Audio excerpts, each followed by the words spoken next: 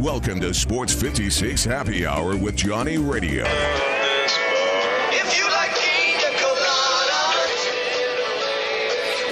On AM 560, 96.1 FM, and 87.7 FM. This hour of Sports 56 Happy Hour is brought to you by MemphisFarmers.com. Insurance coverage backed by a local agent and a brand trusted nationwide. We are farmers. MemphisFarmers.com. Check it out right here. Ladies and gentlemen, and now, The only man to give death a near Johnny experience. Johnny Harden.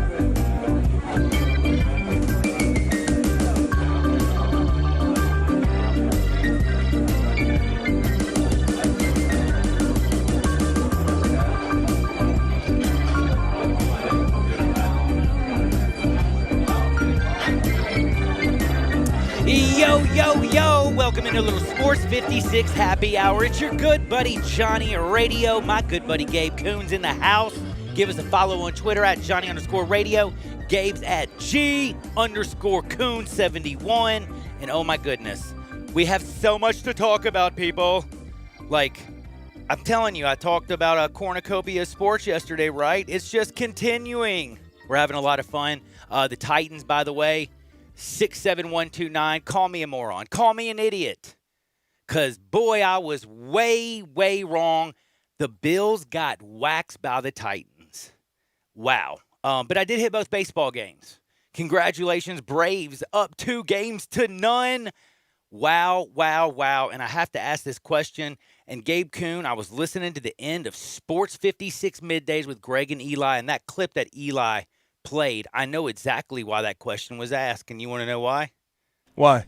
Right after the ball game, they go back to the studio, and all the guys are talking. And some crazy reason, the guy had to be watching it before he asked his question, because it was like they were doing a victory lap for the Dodgers for 20 minutes. It was like, yo, they went 15 in a third innings and only scored one run, and now the dam broke. They got to Melanson. If you're the Dodgers, you got to feel like you finally woke your bats up and you got them right where you're going. Kershaw's going to be ready to pitch later. Dude, he's having back spasm. He was supposed to pitch the other day. They're down 0-2. The Braves are beating the brakes off of them. Ozzie Albies hit 2 bombs. Thank good he hit that second one because he had an error. They're playing sound defense other than that major error by Albies. Altuve's crazy errors over in Astros. We'll talk more about that later. But I'm telling you, I don't know how it is that y'all get paid to sit in the booth after the Braves take a 2-0 lead on the Dodgers. Their salary is double that of the Braves. Did you know that? Double. They were the largest World Series favorite in 23 years. Think about that. Largest World Series favorite in 23 seasons. They're down 0-2 the Braves. 0-2. Give Alex, the GM, some serious love. He's built a deadgum good team. They got so many young guys that are going to be on rookie deals and won't be eligible for arbitration for years. I mean, goodness gracious, Ronald Acuna's got that infectious smile. Ozzie Albies is hitting bombs, and he's close to being a super stud. Freddie Freeman is going to be the mayor of Atlanta someday. I mean, dude, or if he wants the governor. Like, dude, Freddie Freeman, in an era where batting average isn't even, like, cared about, people just want to hit bombs. Dude's got 293 career average. I mean, he just hits, he rakes, he uses all sides of the field. And then you saw him use that power and yank one yesterday in the fourth. I don't know about y'all. I'm just fired up about baseball. I hit both baseball games. That was awesome. And I just got to say one more thing. We're going to talk so much about this. I got to get to what's going on today. But can I just say Arozarena? Like, can you say Arozarena and not be just fired up? Do you know that he's the first to have 4 3-hit post games? Like three games. I mean, 4, I'm sorry. He's the first player ever in postseason history with 4 3-hit postseason games. So in 4 games, he got 3 hits in the same postseason. Nobody's ever done it but 3 times. He's now done it, and he's the only person with 4 3-hit games. He's hitting home runs. He's robbing people. You got Hunter Renfroe playing nasty. Kevin Kiermaier out there in center field robbing plays. I mean, people 3-0 Tampa, and then Altuve with the yip. I was going to say the difference between the Rays as a defensive team and the Astros as a defensive team has been The series. Dude, have you noticed, like, they're almost lined up in perfect position on every hit ball when it's like 2 outs and a runner's at second, third? By the way, do you know? And they cash in on every Altuve error. Every out, I was single getting one. ready to say, do you know how many runs, like, they've scored off Altuve errors? All of them, basically, it feels It is like. crazy, man. Heck, that game 2 was basically won from that Altuve error. You know what I mean? Like, Margot, dude, yanks that 3-run job. Last night, too, dude. Last night, too. No question. That is true. It's been awesome. I hope you're paying attention to baseball. Now I got to talk about a whole bunch of stuff. Russell Copeland at 2:00. We're going to talk NFL. We got to talk Bills, Titans. We got to talk about wide receivers. We got to talk about all kinds of stuff. Le'Veon Bell. We got everything to talk about. Plus, Hardwood. Y'all know I'm very childish, and I'm just going to give you a little hint what's going to be on Hardwood. If you heard it, you know what it's going to be. And also think Uber. It's going to be funny. We're going to have a fun day. Russell Copeland, an Uber fart story, baseball, all abound. It's going to be a great day. So let's just sit back and relax. And I got to tell you something, Gabe, I am ready for the first pitch.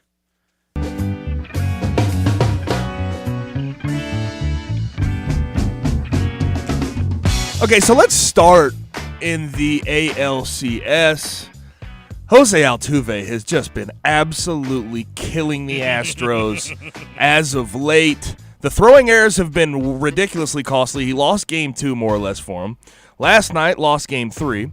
So last night was sort of a failure to convert a 4-6-3 double play that led to a 5-run 6th inning that ultimately lost the Astros the game and won it for the Rays. And in game 2, he also made that throwing error you mentioned where Manuel Margot ended up hitting a 3-run home run, which ultimately won game 2. I just want to know, is this a case, you're a baseball guy, is this a case of the yips, or is this just sort of a coincidence and just a tough series for Jose Altuve? All right. This is definitely not Jose Altuve normally. This is called karma. It bites you on your keister. If you're going to have one of the greatest postseason moments in baseball history and you're a cheat, baseball's going to make sure you have one of the worst moments in postseason history. Most throwing errors in a postseason. Chuck Knobloch, who had a record 26 throwing errors in 1999 and had to change positions because of it. This is after winning a Gold Glove, a Silver Slugger, couple World Series. He got the yips. Couldn't throw it to first. By the way, can I do a little sidebar? Do you know the funniest Chuck Knobloch story ever in the history of the world?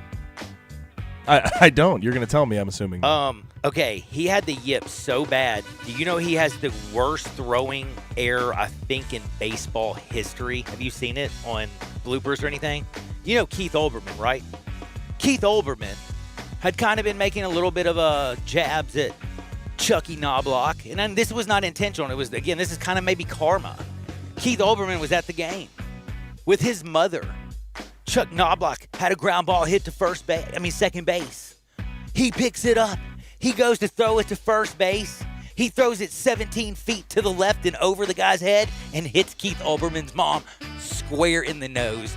Blood everywhere. This is not a joke. Look it up. You didn't know that? Oh, gosh. I'm glad I grew up when I did. But, yeah, that's the greatest side story ever. Now, Altuve. This is karma.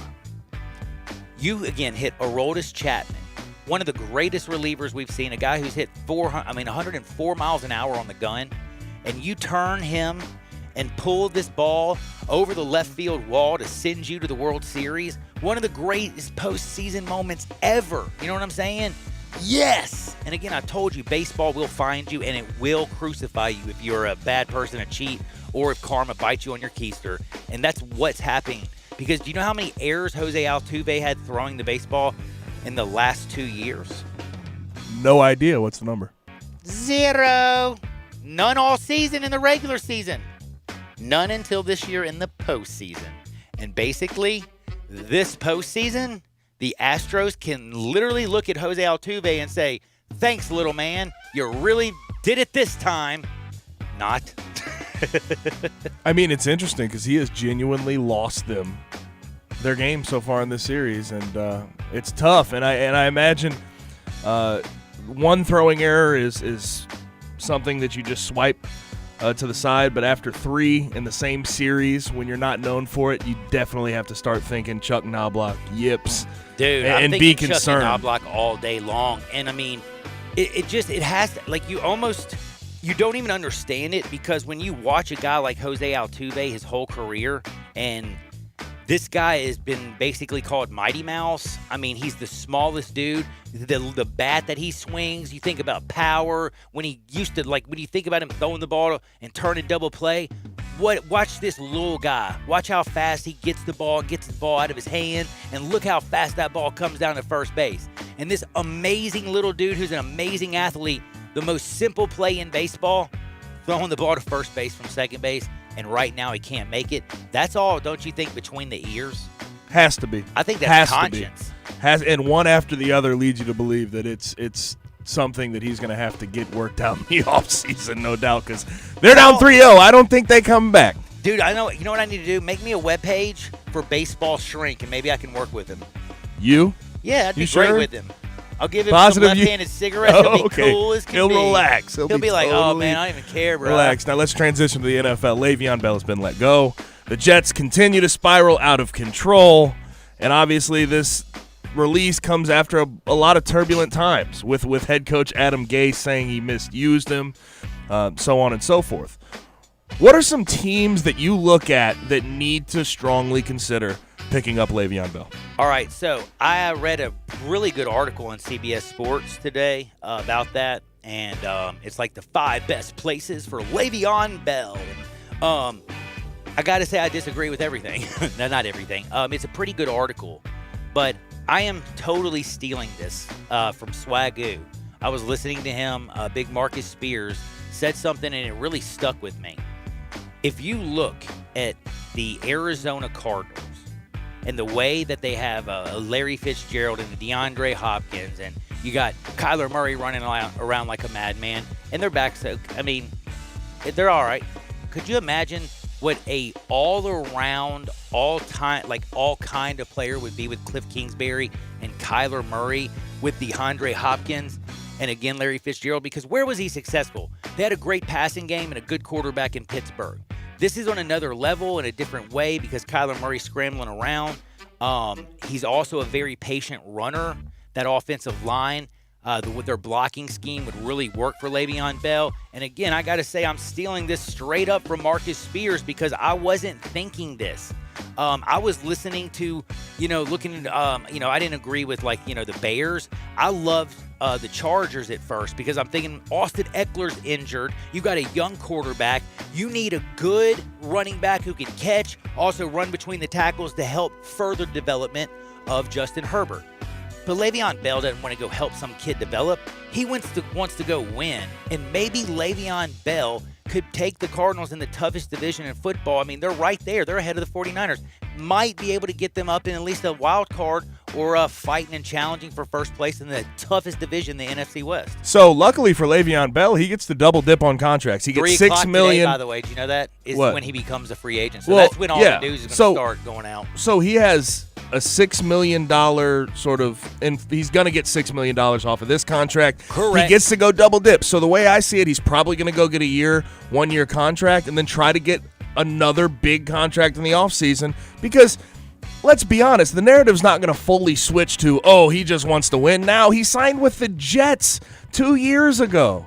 Okay, so he's a guy who wants to get money while he can as a running back in this league, and we know that's becoming a little more tough to do at that position. So I think getting him on a year contract, you look at the Patriots, you look at the Cardinals, you look at the Bears, I think any of those work at this moment for him. And then in the offseason, go look for the contract you want. I love that, but can I ask you something? How big of an upgrade would Le'Veon Bell be? Because I don't know how great he is, but I know he's better than Kenyon Drake and some guy named Chase Edmonds. I also think he's better than David Montgomery. I also think he's better than Sony Michel, who's on the IR right now. I don't think he goes to anywhere near Chicago because I don't think he wants to be a part of Nick Foles or Mitch Trubisky's offense. I being can see serious. that. Although he would help that. He would help them Man, I quite a just bit. think he They looks wouldn't, at that because quarterback right and now, goes, I 'Cause just played with think about Adam this. Gase and a quarterback that's not very good For right the now. Bears, here I'm gonna make a case for the Bears. The Bears right now have David Montgomery, your first and second down guy. You have Tariq Cohen as your He's third down injured. guy. Oh, As wait, your he's third the- down he's guy, your though. third guy But now, you yeah. get that. So what if you get a guy that can do all of it? That's- Does that help you? If he can catch passes out of the backfield, be a good check down guy for that bad quarterback room, you don't think that would help the Bears? I think it would, but I also think that he wants to go in a situation where he can flourish, not be a part of a defensive team. Bears are straight up a defensive team who tries to steal points in the fourth quarter. I think he wants to go where he doesn't get 3.3 yards a carry, and he can get more than 3.3 yards a carry with the Cardinals.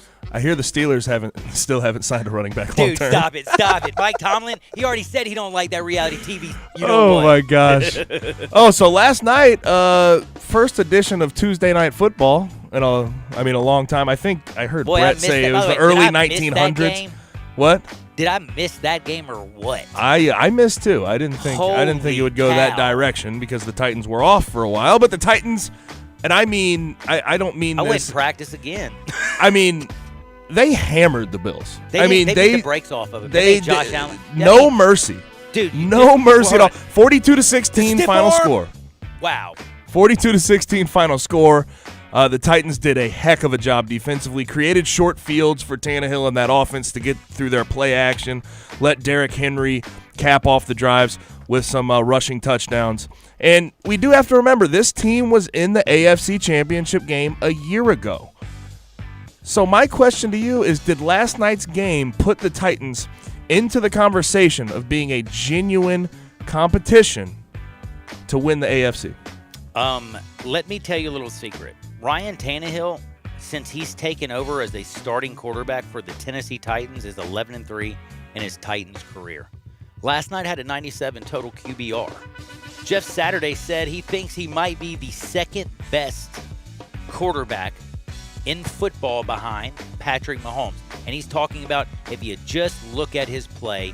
Now, if you watch him celebrate, he can't even jump in the end zone without busting and falling and look like a goober. That was hilarious. But, dude, he was throwing BBs. And A.J. Brown, damn, I keep thinking about that wide receiver draft. I'm going to talk about this with Russell Copeland. We saw DK Metcalf do it. You know what I'm saying, for Seattle. And he has become a beast. By the way, can you believe 8 receivers went before DK? A.J. Brown was a second rounder. I think he had 3 or 4 guys go before him in that draft. It was that 3-cone for DK. Yeah, it was. It definitely was. But, man, A.J. Brown, he's having just as good a career as DK Metcalf. Did you see how big of a beast he was last night? Jonnu Smith. But did you see Josh Norman get put on his you-know-what by that stiff arm by Derrick Henry? Did you hear him, Derrick Henry? I guess I gotta stop doing so many curls. Dude, is Josh Norman ever going to be able to talk smack like he used to again after that stiff arm? I haven't heard a lot from Josh Norman lately. I think his stint with the Redskins humbled him, to say the least. Right. You might be right. By the way, Malcolm Butler, did you like that pick? That return? 2 of them. Did you 2 see of it? them. But I'm talking about the one where he put his hand in the ground and then spun around and then kept going. Like, dude, he had one of the best returns, and he didn't get in the end zone on that one. Got down to like the 7-yard line or something. Right, but if that Titans team can replicate what they did, played here's the the best thing. rushing defense they played all season long. That was their key, and then they ran the ball. And Tannehill, when you can run, dude. Here's the interesting fact about last night's game. The Bills outgained the Titans, and the reason was the Titans got takeaways, and the Titans created short fields and for they Tannehill. were 6 for 6 in the red zone. Exactly, they created short fields for Tannehill and Derrick Henry, and I think that's to a certain extent a recipe to lose against them if you're the Bills. Like, that was the worst way that game could have gone. But the Titans definitely forced a lot of those errors, and good for the Titans. I did not expect it to go that way. They look prime for a nice little run this year. Everybody was talking about, man, if the Bills win, this would be the first time they're 5-0 since 1991 when they went to the Super Bowl. Guess what? It's not 1991. Ouch. That hurt. Was that 3? Dude, you're good. I don't even know what 3 questions you asked me. I guess maybe I'm not doing I got to good. ask you this, though. Is my and brain working today? I know his game last night was not all that great, but what are your thoughts on Josh Allen? Confused. He looked like the best quarterback in football. He was up there with – he wasn't Patrick Mahomes. And Patrick Mahomes, lost this week, had a, anyway, defense was horrible too. But anyway, it wasn't a Patrick Mahomes performance. It wasn't a Kansas City Chief performance, but they've been so good for so long. Aaron Rodgers and Patrick Mahomes are pretty much the standard. Tannehill is like playing up to that. And is anybody else like playing up there? Russell Wilson. Yeah, Russell. That's what I was trying to think of. Russell. And it's just, I don't know, man. Josh Allen before last night had been. Josh Allen, this is what I'm trying to say, though. Like, he had 1 pick going into that game and threw 2 last night. Okay, we just named, I think, the 4, the guys that we love the best. You know what I'm saying? Now, where is Josh Allen? Because before last night, don't you think he was in that conversation? But, man, those turnovers were not. Here's the thing. Those were ugly turnovers. Well, the first one was sort of a tipped up in the air, unlucky one. The second one was horrible. It was the second so one was bad. miserable. But Josh Allen, I think watching him last night, I think he has some staying power in the NFL. I think he's gotten better progressing through his reads. He's got better pocket awareness. One thing. I'm sorry. I think he was amazing except for his interceptions. I mean, he still was a high completion percentage, but he can't have basically those brain farts. And I think that was basically the pressure of the Titans scoring. He hadn't had to play from behind like he did last night, and it didn't look good. But I did see some positive things, I think, out of Josh Allen, even in a nasty loss last night. But it's hard to say where he really is because when you look at this league of quarterbacks, man, quarterback play is really good in 2020. Let's just be real. I mean, Kyler Murray, we want him to get Le'Veon Bell because we like what he's doing. And you look at, Deshaun Watson, who can't even get a dead gum win. Thanks, Bill O'Brien. You're the worst general manager ever. But you can see he is uber talented. Can they figure out Lamar Jackson, last year's MVP? Josh Allen, for me, was right in the Lamar Jackson, Deshaun Watson. He was in the Ryan Tannehill, conversation area. I don't think Josh Allen's up there with, the Patrick Mahomes, the Russell Wilsons, and Aaron Rodgers of the world. But I think he is down there with we are on that. We're that next cusp. The Lamar Jacksons, the Deshaun Watsons, the Tannehills. I mean, Tannehill might be up there now, though. I mean, Tannehill, it's just, you look at the beginning of his career, and I can almost excuse it because he was coached by Adam Gase. Yeah, and you almost wonder, based on what Arthur Smith has been able to do with him, if Arthur Smith is the next head coach, you wonder if he's the next head coaching candidate for a lot of these open jobs we'll see in the offseason. By the way, you know what? Since you mentioned Arthur Smith, I want you to tell me another team who lives and dies more by an identity. And what I mean is they live more. I mean, do you know the identity of many offensive football teams like you do the Titans? You know that they're going to have a good offensive line. They got big targets in Jonnu Smith, A.J. Brown. They have just I would argue the other on defense, the other, and they have Derrick Henry. The other side of it, I think that you look at the Cardinals and the Chiefs. They have a hardcore identity with their quarterbacks that they are more or less air raid style of offenses. I guess you're right. But I will say the Titans are I'm throwback. Just not talking up the Chiefs because they lost. The Titans are a throwback where they get a lot done with play action and a lot done with a big bruising runner, and it's working. And right? By the way, Josh Norman was basically after that stiff arm. I mean, he might be done for the year. His heart's broken. But you know what? We'll be back in 2 shakes. That was fun. I love talking a little bit of football. And we got a lot of baseball to talk about. Oh, and there's some basketball news. This is a crazy, crazy day. Also, Stan Van Gundy. I just don't understand that. Why would you talk to him? Why would the Pelicans talk to Ron Jeremy's brother? It doesn't make any sense. Whatever you don't touch that dial. And remember, this is all brought to you by MemphisFarmers.com on Sports 56, 98.5, 96.1 FM. Sports Time with Wallow and Stats. Weekdays from 3 to 6 on Sports 56, 98.5 FM, and 96.1 FM. Memphis, it's official. Crab Kings is where it's at. The best seafood with 7 flavors to choose from. Try the shrimp and chicken pasta. Now available is the salmon and fried lobster pasta. Snow crab, king crab, dungeons and more. Fish platter, $9.99. Lobster tail, $10.99. Jumbo wings, 99 cents each. Download the app or search Crab Kings on Google. Visit us at CrabKingsTN.com. Crab Kings Seafood and Pasta, Memphis favorites. Memphis, it's official. Crab Kings is where it's at. The best seafood with 7 flavors to choose from. Try the shrimp and chicken pasta. Now available is the salmon and fried lobster pasta, snow crab, king crab, dungeons and more. Fish platter, $9.99. Lobster tail, $10.99. Jumbo wings, 99 cents each.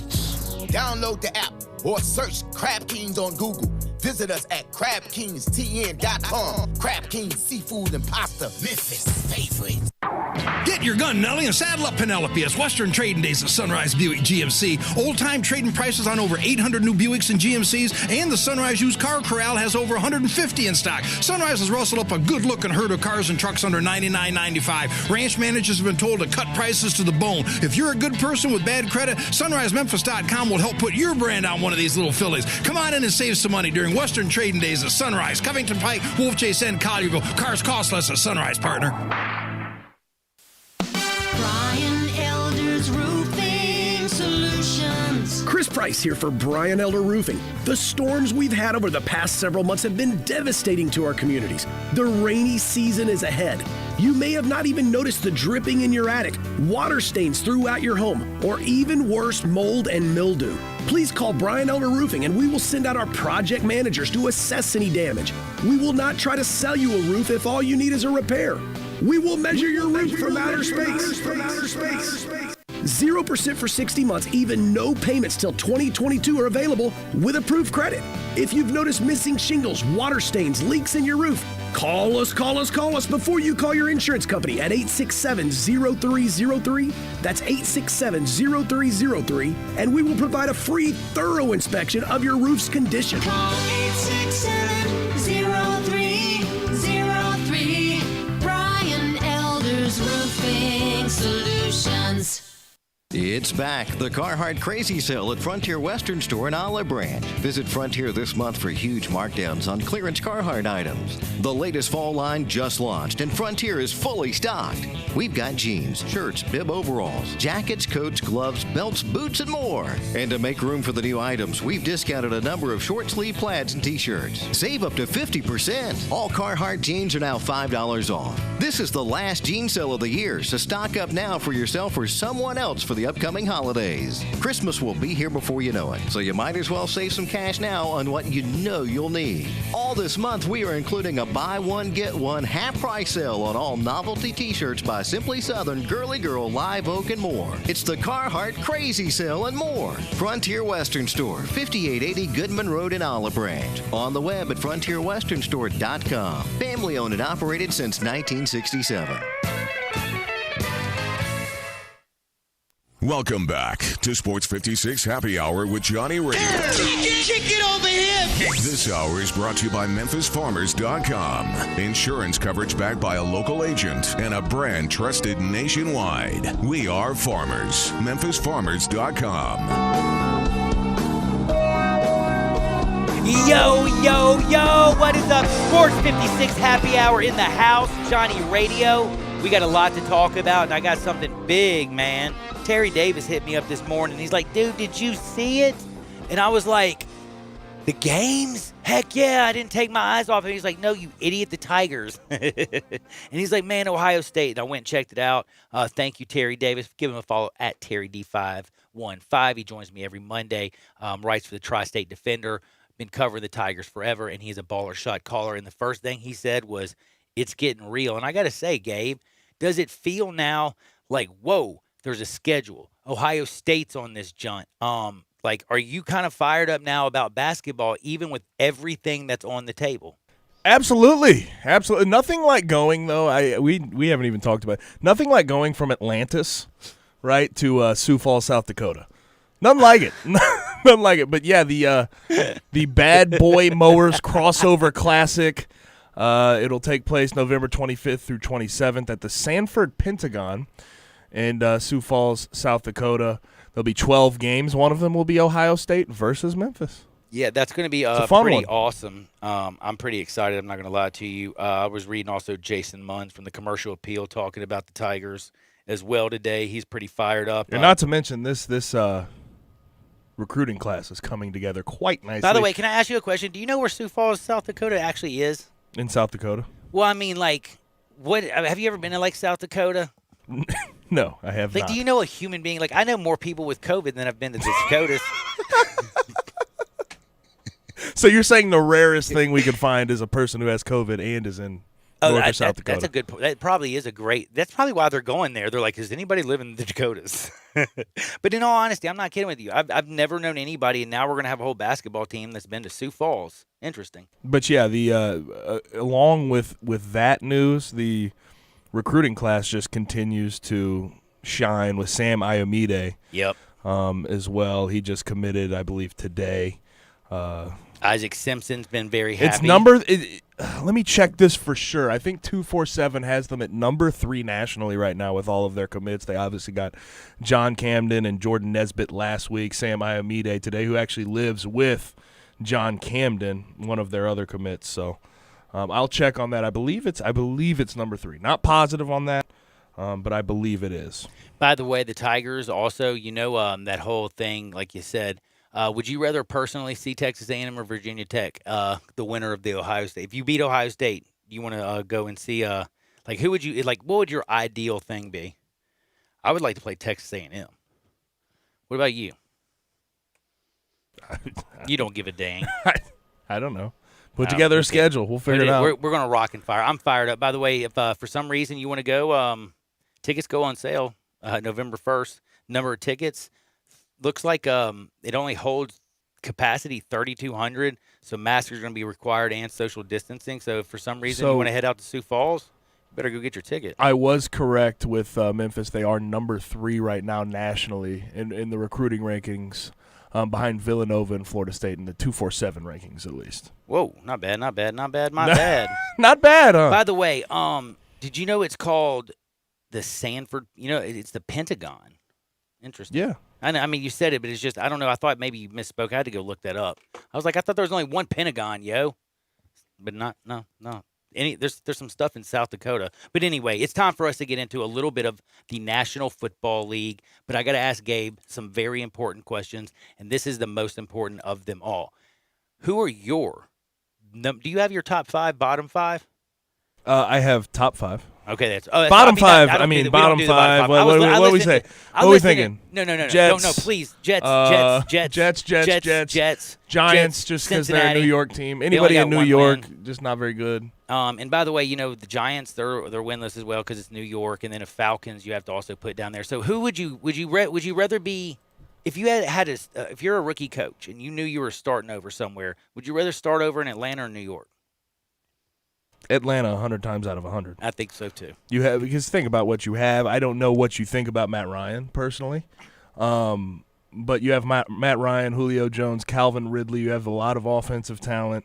Defense has a lot of work to do, but you bring in a defensive-minded guy, you could possibly get that on the straight and narrow pretty quick. Plus, could you imagine facing the media and being the worst team in the world in New York? That'd be a nightmare. But anyway, you got your top 5 because I got mine. If you want me to start, so. Well, you give me a second. We got to start after I cue us to start. Oh, you got our music. Yes. All right, you go ahead. Start. Man, I'm going to start with number 5, and I can't believe I'm doing this, and I'm dropping them like a freaking stone. Yeah, it's pretty sad. I don't even know how I'm doing this. It hurts my heart. You know who it is? Who? Tampa Bay. I got them all the way at number 5 because I don't even have them in my top 5. So. I'm about to tell you why I have them in my top 5. Because of the play from they're 3-2. I know they struggled in their last game, and Tom Brady thought it was, hey, we got 4th down, yo. Hey, it's 4th down. I realistically looked at this with my brain and was trying to think, who's got one of the best defenses in all of football? It's Tampa Bay. They are one of the best defenses. Everybody, if you don't know Shaq Barrett, go check him out. I mean, that whole defense, it's one of the best. But if you look at the NFC South, the Falcons I've already mentioned are the worst team in football. I don't know how the heck the Carolina Panthers are winning without Christian McCaffrey, but it's not going to continue, okay? They are not good. They're 3-2. And Drew Brees, it's over, bro. Like, their window was when they had the pass interference call. and it wasn't called. Last year was also their window, and they lost. Now, no, here's New my thing, Orleans and is I just done. I want to okay. Look, I And if don't you put disagree. them in the playoffs- No, I don't disagree with you on the fact that I think Drew Brees is sort of on his way out. But let's be completely honest. I think you would agree with this. Michael Thomas being out of that lineup is so major that I want to see him back in before I make a final decision on what that team will be come playoff time. You get what I mean? Because I want to see Michael Thomas get back in the lineup, give him those 9 receptions a game that he's normally giving him, and then I'll make a decision on how I feel about the Saints. But at my number 5, left him out last week, and they're only number 5 because of their performance last night. Titans. Have to give it to them. Fantastic on defense. Have done a great job. I think the one thing they missed last year was a consistent pass rush, but Jadeveon Clowney has helped in that department. In the secondary, they've been okay. I think they've been just all around pretty decent on defense, but on offense is what I want to focus on. They have an identity. They own the clock. They do really well, play action, and otherwise. You have to deal with Derrick Henry game in, game out. I think this is the team, and I think you mentioned this earlier. They have one of the most known identities in the NFL, so I give them a nod in my top 5 at number 5. And by the way, just so you know, you can go ahead and Steelers fans 67129 send me some hate because you were number 6, even though you're undefeated, because I got you losing at home to the Browns and falling to 4-1. And I'll just look at the AFC, and it's too difficult as the NFC is much easier. Titans, though, in the AFC are my number 4. They've scored a franchise best. I don't know if you know this, Gabe Kuhn, but do you know how good they've been offensively and they're like historically? Do you? No?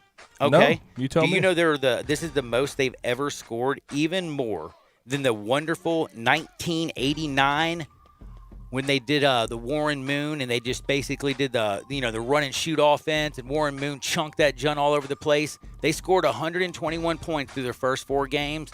Ryan Tannehill and Arthur Smith and A.J. Brown and Derrick Henry, 122 most in franchise history. I got them at number 4, and the other reason I have them ahead of the Steelers, yes, who is undefeated, is because I got the Browns taking them down this week.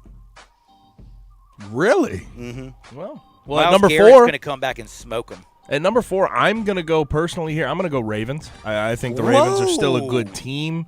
A lot of people will have them higher given how good they are on defense, how much draft capital they've spent there. But I'm going to go 4 here. I think some people are getting a slight beat on Lamar Jackson in that offense. As much as that may not be a popular opinion, that is my opinion on the situation. So I have them at number 4 for that reason. I don't know how against good teams they're going to fare. I want to see more going forward from the Ravens. Man, not bad, and I understand that. I don't have the Ravens right now. I'm weird. I kind of pick my best teams by who I think is going to easily win their division. And this is not easily, because this next team is not going to be an easy one. The hardest division in football, I actually got them number 3 because Russell Wilson's playing MVP football like Aaron Rodgers. I can't not have Seattle at number 3, even though they're in the toughest division in sports. But yes, I am doing most of my rankings based on who's going to be able to win their division and host a playoff game and actually be able to advance. So this is why I'm giving that mine. Explains your Bucks pick. Yes, it does. And that's why I know Pittsburgh people. I look at the AFC North with the Ravens, with the deadgum Steelers, with the Browns, and I don't know who the hell comes out that giant. Like, I don't know. That's a toss-up. So Seattle, even though it's the toughest in the NFC East, it ain't as tough as the AFC North. I'm a little bit, after this week, off of the Steelers train, even though they won, because I thought that the Eagles did and fared pretty well on that defense, and that defense did not look like I expected it to. But my number 3, simple, very simple, Seahawks. You're right there with me, man. You explained all the reasons. I have a feeling that 2 and 1 are going to be pretty close. You explained all the reasoning, and that's a good division. That's a fantastic division, but I think the Seahawks are easily going to come out of it. And I have, I think you're 100% right. I mean, they're 5-0. The Rams are 4-1, but the Rams, I'm just not sold on Jared Goff as I am on Aaron Donald and everything. And again, that secondary is supposed to be great. They've given up. Patrick Ramsey's given up some big plays this year, yo. You say Patrick Ramsey every time. Jalen. I mean, Jalen. Why do I always? Because Patrick. You're thinking of Patrick. You're thinking of Patrick. And I'm also, man, he was a okay quarterback. That's so funny. Why do I call you Jalen? I'll never get that right. The world's Jalen okayest Hurts. quarterback. Okay, and then yes, the world's, and then there's so many things. But anyway, number 2 for me, it's literally 1A and 1B. I was going to say the exact same. And you're going Packers-Chiefs, right? Yes. And I don't. Chiefs, I'll give A. That's who I got. Packers, A. B. Even though they're undefeated in the Chiefs loss, I still have the Chiefs 1 and 1A Green Bay. I'm going to be honest. I think what the Packers did last season in bolstering that defense has put them over the edge. And Aaron Rodgers is playing like a spring chicken. He's playing like he is early in his career still. He's playing like no one had a conversation last year about him falling off. But Zadarius Smith, Preston Smith have been so important to that defense, and Aaron Rodgers is rolling. It's hard to pick against him right now. I got a great question, by the way. It says, "Man, John, by your logic, you should have picked the Bills. The AFC East is weak. You know the Bills are going to win it at 4-1." I'm not completely sold yet. I still do know there's a guy named Bill Belichick and Cam Newton, and they are, they go and beat Buffalo. Next thing you know, Cam and them start running off some victories. They could still end up winning this AFC East. It's too early in the season for me to crown Buffalo, and they just got beat 42-16. Yo, I can't put them in my top 5. It's always interesting though, because you have great explanations as to why like 5 through 2 are usually like, oh, they have a good defense. They're a balanced team. They're real good. Then you get to the Chiefs and you're like, Patrick Mahomes. That's why. Really that's why they're number 1. Dude, you saw his throw what do you want me to say? Across, like you saw him running the opposite way. He's running to the left side of the field. He comes back across his body and throws the ball 30 yards the other way. And it's funny how we're having impossible. this conversation, and they lost to the Raiders this past weekend. Yeah. They're still number 1. I don't know what to tell you. Dude, I don't either. Their defense isn't overly good. They can't stop the run very well. They're good against the pass. But they have Patrick Mahomes. You can get up 10-0. You can get up 14-0. Guess what? They'll still come back and beat you. They have Patrick Mahomes. Now, that is the top 5 of the National Football League. Man, we are 5 through. We're going into week 6, by the way. Quick little thing I want to tell y'all. Have you looked at the week 6 schedule? Is there anything that just, other than basically like that Pittsburgh and Browns game, the Mason Rudolph, all that stuff, the Mike Tomlin saying he doesn't want no reality storylines. I'm not going to lie to you. That one just for me is extremely sexy. Is there another one that just is like, well, I got to see this, John? Not particularly. That's the Washington Giants game I would say for you? No. What do you mean? Washington. I would say the other one there's 2 that really catch my attention. Green Bay versus Tampa. Green Bay traveling to Tampa. That's a fun one. And then the Monday night game, the early game, Buffalo and Kansas City. That's another fun one.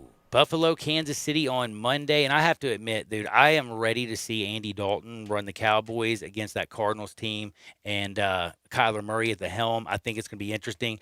Cowboys give up like a half 100 almost every week. I think Cardinals score out the frame. And I think Andy Dalton's going to be very effective at quarterback. They're going to be good. Why is there this panic button that has been pushed by some Cowboy fans and media in regards to like Dak Prescott being hurt? There's a reason they signed Andy Dalton in the offseason. Exactly. Just in case this happened. You didn't want to have a no-name backup behind Dak Prescott because you knew that there was a lot riding. You're still first place in the NFC East, man. Eagles stink. Washington's a football team. They can't even win. I mean, you got the Giants, the Eagles, the Cowboys, and football. Yeah, NFC East. They're good. Giants, worst. Cowboys, worst defense ever. We're going to watch some football. It's going to be fun. But I'm going to come back, talk a little bit of baseball. Then Russell Copeland's going to be up in here. And then Hardenwood. We got a Uber story that's just going to make you cry. Don't touch that dial. This is Sports 56, brought to you by MemphisFarmers.com, 98.5, 96.1 FM. Listen online anywhere, anytime at sports56whbq.com. I Buy Houses, 901-406-1101. That's 901-406-1101. I Buy Houses. I Buy Houses will buy a house in any area. in any condition. And yes, it's guaranteed to close in 5 days. If you need to sell your home quickly, call 901-406-1101. If you've been through a divorce, if you lost your job, if you're tired of renters, iBuyHouses can get you your money quickly. iBuyHouses will buy your home in Shelby County, DeSoto County, Memphis, Bartlett, South Haven, Horn Lake, Olive Branch, anywhere and everywhere in between in any condition. And yes, they're open 24 hours a day, 7 days a week. iBuyHouses, 901-406-1101. That's 901-406-1101. Grab that pen, 901-406-1101. iBuyHouses. Hi, this is Troy Five-Ash, owner of Five-Ash Roof Services. You've heard me talk about how we offer the best products, the best warranties, and the best services for years. Now let's talk about pricing. Pricing should never be the only reason you hire a contractor, but in today's world, pricing is always a consideration. So we suggest you get 2 or 3 estimates for your roof replacement from a reputable, licensed, and insured company, and then give us a call. If we can't beat your best price for a comparable roof system by more than $100, we'll give you $100. It's that simple. We are so sure we can offer you the best price, beating all other qualified companies, we will hand you $100 if we can't, and thank you for the opportunity. So give us a call. What's the worst thing that's going to happen? Make $100? Five-Ash Roof Services, a proud supporter of Tiger Athletics and the official roofer of the Tigers home team. Five-Ash Roof Services, fair, honest, and ethical. 367-0050 or memphisroofer.com. Five-Ash Roofing is what we do. We're here for you. Brian Smith, we love the one and only Lexus dealership in Memphis. Thanks, Stats. The fall months are always the best time to shop for both new and pre-owned cars. We're right in the middle of model year end change. The 2020s have got to go to make room for the new 2021 models, and we continue to trade for the best pre-owned cars in the city, all makes and models. Service is one of y'all's hallmarks. Our award-winning service department is adhering to all socially distanced safety precautions. You can experience amazing at Lexus of Memphis at 2600 Ridgeway and online at lexusofmemphis.com. I'm pretty sure our new house might be haunted. What makes you say that? The furniture is levitating. Oh, and the ghost. Welcome home. Yeah, that's spooky. You know what's really scary? Missing out on Geico for help with homeowners and renters insurance. Geico makes it easy to save a bunch. Great. You're not sticking around, right? The party's just getting started.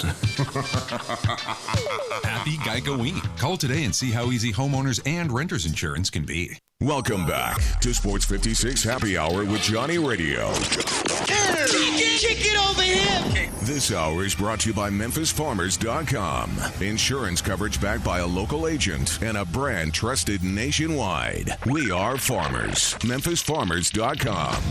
Thick and thin, I'm your pusher man. I'm your pusher man.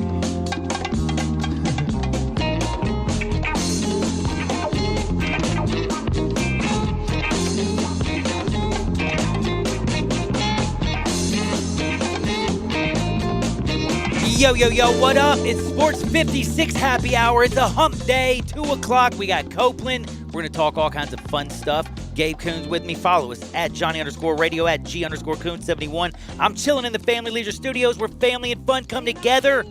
Family Leisure, 2120 Whitten Road, just north of I-40. Make your place look awesome. Turn your man cave into something that you never even imagined. Get one of those luxury things. Get a pool set up for next year. They got the world's largest spa sale going on. And where do you get your noodles? You get them out at Family Leisure, baby. Now, this is very important. COVID-19. We're going to talk about it during Hardwood because I've been planning on talking about Dan Mullen, COVID-19, the 19 players, the 19 personnel that from the University of Florida that have it. They've also informed Texas A&M. Right now, the SEC has already postponed 2 games. Vanderbilt and Missouri, they were postponed. And as of a little after noon today, or maybe when I came on, LSU and Florida finally has postponed this football game this week. We'll talk more about it again, like I said, during Hardwood because I have some interesting things to talk about. That, you could say. Then there's a couple other things that are breaking in this crazy sports world that we have. Did you hear about Melvin Gordon? Yeah, D-Dub. Dude, you know, that's I'm kind of doing a little Hardwood preview because we're going to talk about him today, man. Like 39 miles an hour over the speed limit. Did you know that? I did not see that. No, that's incredible. It's for some reason it says this. The report is that he was doing anywhere from 28 to 39 miles per hour over. And I'm like, that's kind of very with weird liquor, number.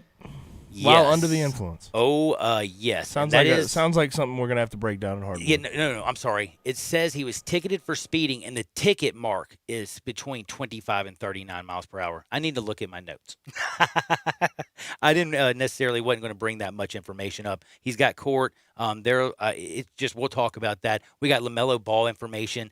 Stan Van Jeremy is going down to the Pelicans to talk about that game. Like that gig. I just don't understand it. I don't know. Maybe he'd be good in the Big Easy. I mean, we'll see how it works out. But I just don't know if Stan Van Jeremy is washed up. So I would think he's washed up. But you know what? I'm not the Pelicans, man.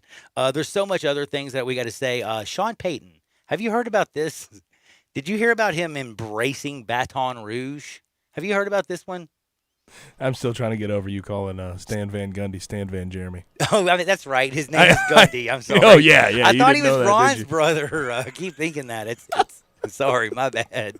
I forget that. I messed that one up. But I realistically don't understand some of the things that are going on. And one of the things that I got to mention to you is how many games did in the regular season, because this is very important. We have baseball today. How many 3-game losing streaks did the Dodgers have this year? Just say you don't know. I don't know. Guess what? I'm a guess. Can I guess? Guess. 0. Dude, can I tell you what? You should be on if you're on the game, like the Family Feud, you're on my team. You're a good guesser. Is there any other game show besides that one? It's the only one I ever see on Twitter. But anyway, point is, the Dodgers have only 4 2-game losing streaks all season long. 4 2-game losing streaks. Think about that. Right now, they got a 2-game losing streak. Do you know what else is going on? Do you know how many postseason games the Braves have lost, sir? I can tell you that. 0! Do you know that there's only one team that's won more postseason games? Oh, yeah, that's right. I'll tell you about that on the other side. And then I also got to tell you, we talked about our power rankings. This came out. The FPI. You know the Football Power Index? Me and Gabe, we just did our top 5. A couple people are hitting us up. And I will tell you, the undefeated team, they have the first undefeated team entering Week 6 that they project to lose will be the Green Bay Packers at the Buccaneers this week. The second team that is going to lose that is undefeated will be the Titans Week 7 when they play. I'm sorry. It's going to be the Steelers. They're going to lose in Week 7 at the Titans. Oh, my goodness. It says the Titans won't lose till Week 11 at the Ravens. And then my Seahawks. They're mine right now for some reason. They're not going to lose till Week 10 when they play at the Rams. Yeah, fat chance. They ain't losing to the Rams. Aaron Donald can't even catch Russell Wilson, bro. He drinks that bubble water. He's fast. No, Aaron Donald they're lining him up. Like Gabe showed me this yesterday, them lining him off the edge. Him coming off the edge is nasty. We'll talk more about that. Russell Copeland's joining us next. Never forget Chad Gatlin, MemphisFarmers.com, auto, home, life, business. He's the man, the myth, the living legend. 901-235-1176. Give him a call and say, Chad, what up? He's got you. Sports 56, 98.5, 96.1 FM.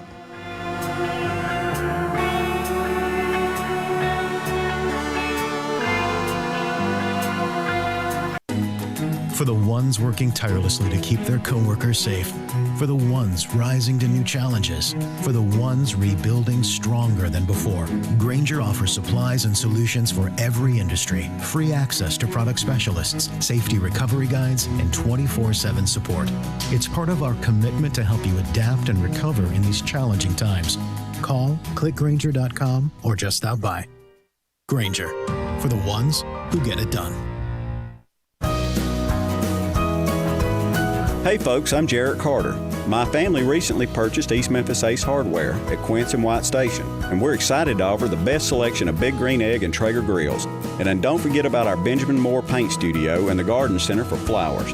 Save 60% with our new Duracell key fob replacement program. We have a master locksmith service as well as glass cutting and screen repair. The East Memphis Ace Hardware, located at Quince and White Station behind Three Little Pigs. Farmers Insurance knows that there's a not-so-subtle difference between the sound of a car hitting your rear bumper and the sound of a clown car hitting your rear bumper. Whoa, whoa, whoa, whoa, whoa! Sorry about that! We call that a three-ring fender bender, and we covered it. Talk to a farmer's agent. They know a thing or two because they've seen a thing or two. Call Chad Gatlin at 901-235-1176 or get a fast quote at memphisfarmers.com. We are farmers. Bum, bum, bum, bum, bum, bum. Underwritten by Farmers Truck Fire Insurance Exchanges and Affiliates. Products not available in every state. Welcome to Triumph Auto Sales, where you'll have a great car buying experience. Triumph Auto Sales is your #1 source of quality pre-owned vehicles ranging from lease returns to new car trades, all at huge savings. Plus, Triumph has a full array of financing options to meet your needs. Find your next car online at triumphautosales.com or stop in today at 4875 Elmore Road. Triumph Auto Sales will help you get the vehicle you want at the price you need and the service you deserve. For a great car and a great experience from a local and family-owned business, visit Triumph Auto Sales. Listen Sundays at 11 a.m. to join Idlewild Presbyterian Church for worship. Idlewild is a PCUSA church located in Midtown Memphis. I Buy Houses, 901-406-1101. That's 901-406-1101. I Buy Houses. I Buy Houses will buy a house in any area, in any condition, and yes, it's guaranteed to close in 5 days. If you need to sell your home quickly, call 901-406-1101. If you've been through a divorce, if you lost your job, if you're tired of renters, I Buy Houses can get you your money quickly. I Buy Houses will buy your home in Shelby County, DeSoto County, Memphis, Bartlett, South Haven, Horn Lake, Olive Branch, anywhere and everywhere in between in any condition. And yes, they're open 24 hours a day, 7 days a week. I Buy Houses, 901-406-1101. That's 901-406-1101. Grab that pen, 901-406-1101. I Buy Houses. We are Sports 56 WHBQ Memphis, W253DF Memphis, WPGFLP Memphis, and WIVG Tunica Memphis, Flynn Broadcasting Stations. Now back to Johnny Radio's Happy Hour. Here we go. On Sports 56 and 87.7 FM.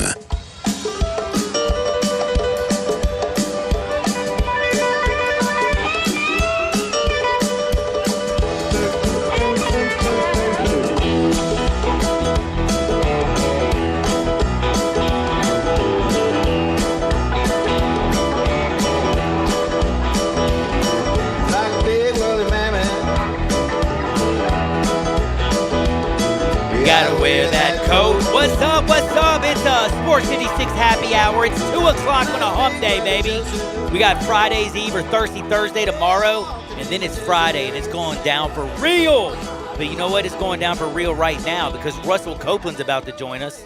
Man, we had a fun first hour. If you missed any of it, make sure you check us out on Twitter, Facebook, YouTube, Periscope, Instagram, at Sports56WHBQ. Anything you miss, later go check it back out. And don't forget the first hour, always brought to you by MemphisFarmers.com and my good friend Chad Gatlin. And Russell Copeland joins us now. What's up, Cope? How's life treating you?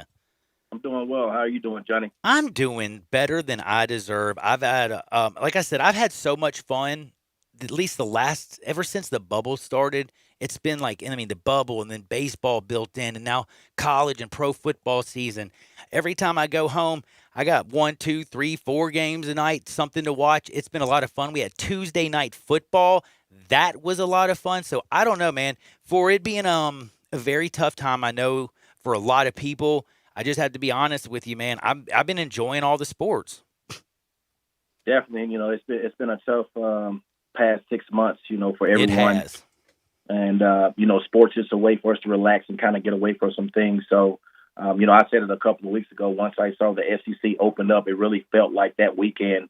It felt like college football was opening. It felt like a good week of football. The NFL was doing very well. So for the past couple of weeks for me, it's been very good when you look at sports. Man, well, that is so true, and for all the people who have been dealing with this, like, you know, this. I mean, I've been dealing with it, but I know a lot of people out there got it so much worse than me. I know you've been dealing with a lot. So many people have. It's a respite. It just gives you an opportunity to turn on a game and not think about your life and relax. And I've been loving it. But I got to start with something that's very close and dear to your heart, the Buffalo Bills, the team, of course, that drafted you. When I think of you here, I think of you as a Tiger. When I think of you in the NFL, I think of you as a Buffalo Bill.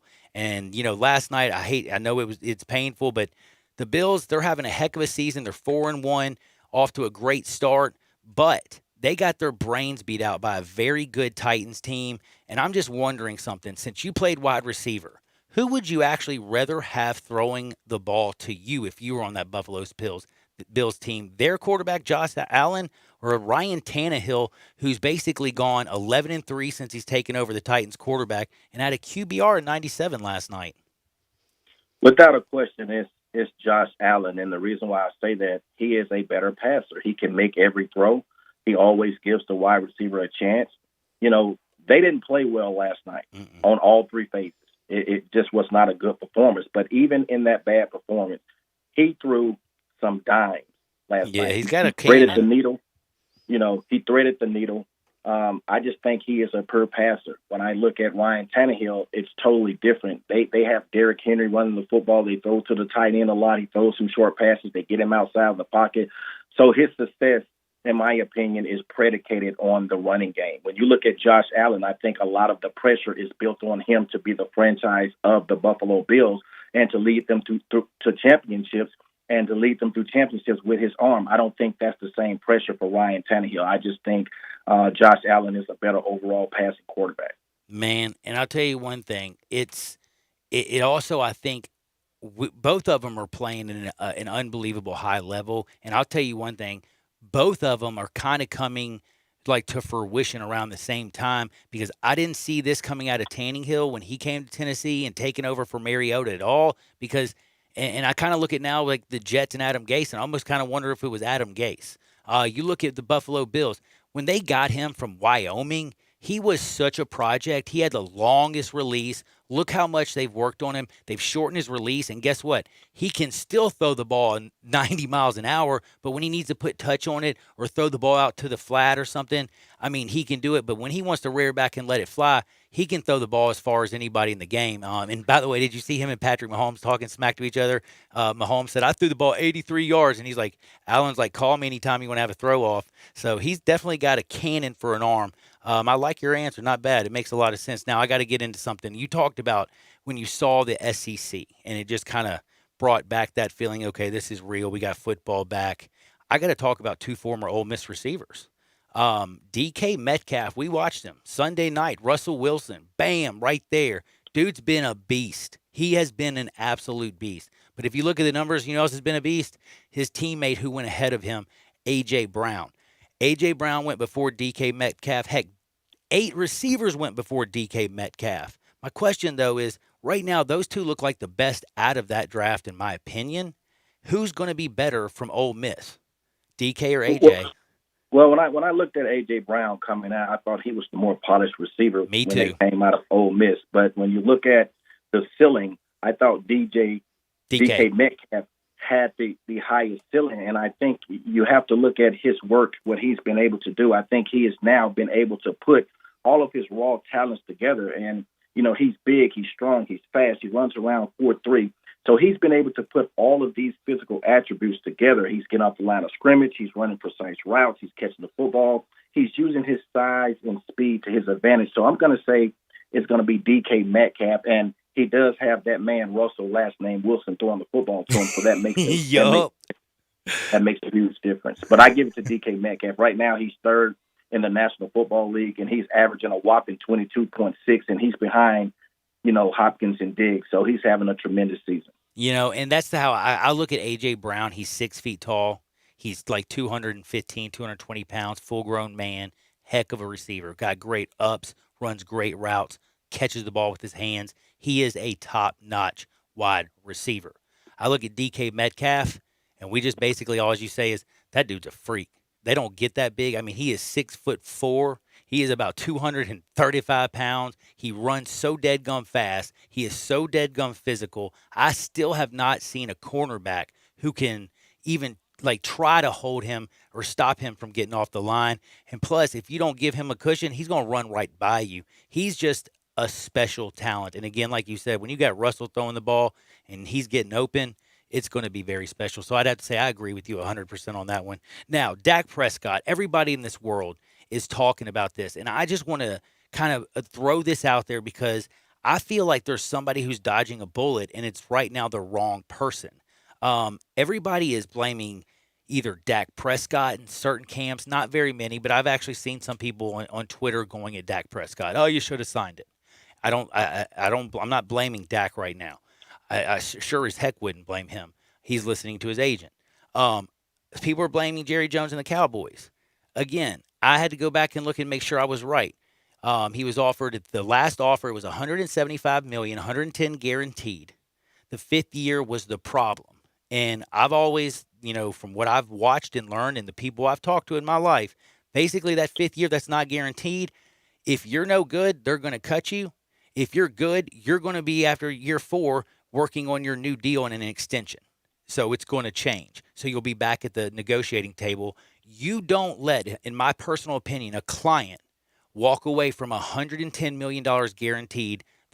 I think, was that tied for what, 5th largest in NFL history? Like, do you agree with me? Is Todd France the guy who should be right now on the chopping block, where people's anger should be towards the agent, not the Cowboys or the player? Or am I crazy?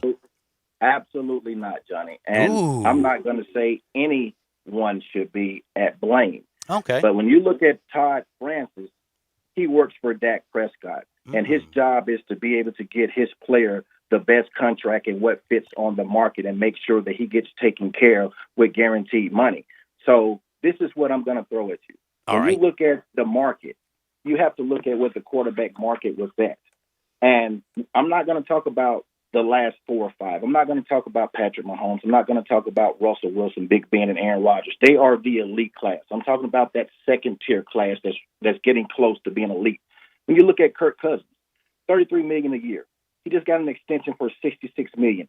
$84 million was guaranteed 2 years ago. He's made that money. You look at Jared Goff in the same draft, $134 million, $33 million guaranteed. Carson Wentz, $128 million. $32 million guaranteed. We just talked about Ryan Tannehill. Are you kidding me? $118 million, $29 million guaranteed. So we can go to Jimmy Garoppolo. He signs $137 million, $27 million guaranteed. What I'm getting at, when these players sign, they sign the market value or above the market value. When Dak Prescott chance was come right behind Jared Goff and Carson Wentz, he should have gotten paid. And at the end of the day, he's been a consummate professional. He came in and he took over for Tony Romo his rookie year. He goes 13-3. He's led this football team. He's been the face. So now when I look at the Dallas Cowboys, Johnny, you look at who they took care of. When it was time for Ezekiel Elliott, he had 2 years left on his contract. Yeah, they took care of him. They went back and forth. Okay? It was ugly. It was a dramatic holdout. Yeah, I think he went to, where did he go to Mexico or someone? He was upset. He trains at Mexico, but the day before it ends, where he had to sign the deal, or either he was going to have to sit out, they inked him to a 6-year, $90 million contract, 50 guaranteed. Okay, when you go to Amari Cooper, he gets market value above market value, 5-year, $100 million. Jalen Smith, he gets 5 years, $64 million, $33 million guaranteed. DeMarcus Lawrence, 5-year, $105 million. So my point is that the face of your franchise, when you look at quarterbacks, it's a quarterback-driven league. I don't care about 4 years, 5 years. Jerry Jones and his son and everyone that's in that organization that has to do with the contract, make the deal happen. Sign the 5th-year deal, get your quarterback taken care of, and now he's sitting back looking at, okay, I signed this 1-year deal, $31.5 million. He doesn't have a contract. I understand and I hear what the Jones are saying, but for me, do you have confidence that you didn't sign a quarterback when he was healthy to a long-term contract and he has done everything that he should do to be paid where his contract landed as far as the market? Now he's coming off an injury. No one knows how he's going to be able to come back from this injury. It's all speculation. So are you going to get him at a discount price, or are you going to have so many incentives in his contract that he won't want to sign it? So I'm not going to throw the blame. I'm just going to give you the facts, and the facts is Dak Prescott should not have been playing on a 1-year deal. Oh, that's why I guess that's why I'm agitated with the agent, because he would have right now. Let's just say thank goodness Alex Smith actually returned in the same week. And his injury was even worse. I have a feeling Dak Prescott is just a guy. He's going to be back. I don't know why. I just believe in him. He's going to be back. I know he's going to be back, and I think he's going to be just as good as he's always been. And if not better. I mean, he's still a very, very young quarterback. And I think he's going to get his money. I do think you're right, though. Now that he comes off this injury, I could see that Jones is trying to get a little bit greedy and throwing an incentive-laden contract. I guess what I was just trying to say is $110 million is it would have been the 4th largest guaranteed deal in history of the NFL. Of course, Patrick Mahomes, $141 million guaranteed is crazy. Deshaun Watson's close to 111. Goff is at 110 exactly, and he would have been right there. But I don't know. It's just I think he's going to be okay. If I'm an agent and that's $110 million in guarantee, I'm just like, you can't leave here without signing this. This is generational wealth, and this is a dangerous game. And then, Johnny, you have to look at speculations. You have to look at what's being reported and what's there. But the agent's job is to get the best deal for the player. And the player, what I love about Dak Prescott, he didn't come publicly, but he is the person that has to play that contract. So your agent isn't talking for you, and you don't have any say so. This is what Dak Prescott wanted behind closed doors. He felt like that he was not getting the fair shake. So you have to be to look at incentives. You have to be to look at how the contract was structured. Yeah, I saw some numbers being thrown out, but I think Dak Prescott is a very smart enough guy to understand something was not right with those numbers. And I don't think it was just between 4 and 5 years. At the end of the day, I still feel like whatever was going on between the contracts, the dispute between the Joneses and between the camp of Dak Prescott, you get your quarterback taken care of. And the reason why I threw up the other players is that you were a long way away from Ezekiel Elliott. Yeah, you were. And you know what? You're right. They did make that all work, and that was insane. And you're right. I see where you're coming, because when you lay it out like that, how do you not take care of the face of your franchise? I get what you're saying, Russell. That did kind of change it, because I was realistically thinking to myself, Todd Francis, have you lost your mind? If you have to knock him over the head, you get him to sign that deal. That's where I was at. It's something else, Johnny. Like I said, these guys were making a lot of money, and for the average person, when you just throw up a bunch of $1 million to the average fan, they're going to say, "Man, take that $1 million." Most people are going to say it, but when you're working at your job and you're working somewhere and you've been working at a place, and then you know where the value is for you, and you deserve to be making a raise or getting the money that you want to make, you're not going to sit back and accept someone that came in straight out of college and doesn't have an experience and is making more money than you. So that's the perspective that you have to be to look at it. We talked about Alex Smith. Alex Smith hasn't played in 2 years, but when he signed his deal, he was right above market, right at market, $94 million, $23 million a year. He's making that money now. So he still had a long-term contract. Suppose he was playing on that 1-year deal and he got hurt, such as Dak Prescott. He wouldn't be having a contract right now. So that's what I'm saying about the long-term situation. Now he has lost all of his weight. He has lost all of his value as far as what he brings to the table, because now it goes to the Joneses, because he's coming off an injury and no one knows how he's going to be. Man, it's going to be a fascinating offseason. This, I just don't have a feeling. You watch. They say that he's going, it's going to take him a little time, it's like 6 months or something to be fully healthy. You're going to see video of him coming back better than ever. You watch. I guarantee it. I'm just going to throw that out there. I think Dak is going to be, he's going to have plenty of years playing the quarterback position. Now, I got to ask you, because this is the hardest part for me. What in the bleep is going on? How did Lamar Jackson only have 3 yards last week? Is Baltimore okay? I know they got a great record and everything, but are the Ravens, is there something wrong? I think the Ravens are good. They are? And okay. They're 4-1. And Lamar Jackson played the game. He was injured coming into the game with his knee. But I think they're good. But at the same time, I think we will not see until later on, because when you look at their victories, it hasn't been to good teams. The Browns weren't good when the season started. They beat them 38-6. We see what the Texans are. They beat them 33-16. And we see what the Washington football team is going through. They beat them 31-17. And they just beat the Bengals 27-3. But their loss came to the Chiefs, who are the Super Bowl champions. But when you look at them, they've struggled against defenses that I think are not as good as the Ravens defense. So they're good at 4-1, but it's something to be looking at. But I think they're good right now. Man, I'm with you. Now, I got to ask you about a game that this week, and I'm thinking this is going to be nasty. It's already nasty. It's going to be – I'm like Mike Tomlin.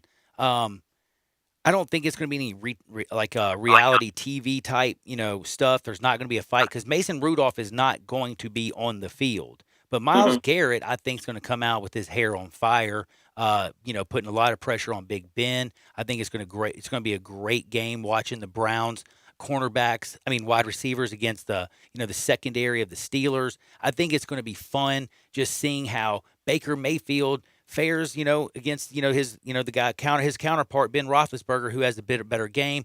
Are the Steelers number 2 in the in defense against the run? Right? Who's the number 1 rushing team? Cleveland. What's gonna who's gonna give what? Is this the best matchup this week? And if it is, who you got? Man, it is a great matchup, Johnny, and it's always been bad blood between the Steelers and the Browns. And we look at what happened between Mason Rudolph last year and Myles Garrett. So just remember that has not been forgotten from either one of these teams. Mm-hmm. So I hope that both teams can keep their cool, but it won't be forgotten. When I look at the Steelers, I still say this. They're off to 4-0. I think from top to bottom, they have the most talented defense in the National Football League. When I look at the Browns, I have to tip my hat because they are 4-1 for the first time, and I don't know when. Me neither. We're talking about the Browns, and the Browns are right there at the top of this division. So I think it'll be a black and blue game.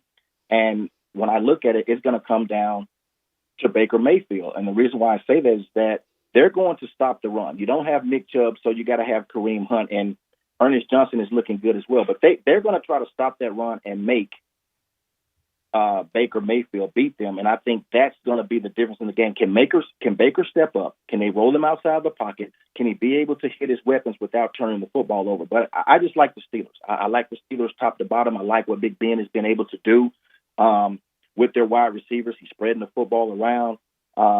Just give me the Steelers, man. The Steelers are playing very good football right now, but I think it's going to be a good game. Man, I have to say something that's definitely going to look good for the Steelers. You know who has the worst QBR in the fourth quarter this season? Dead last, Baker Mayfield. Yep, that's not a very good stat against a Steelers team, but they've been running ball. I think this is going to be a great game. If you don't know people right now, Pittsburgh is a 3.5-point favorite. Total is 50.5. I cannot wait till noon on this Sunday. Now, before I have to say goodbye, I got a couple other quick things I got to get to. You look out at the NFC Super West. That is a strong division. AFC West, strong division. There's a couple strong divisions, but man, the NFC West is a beast. Who's the best team in that bad boy? Who's going to win this junk? Who's going to win that junk?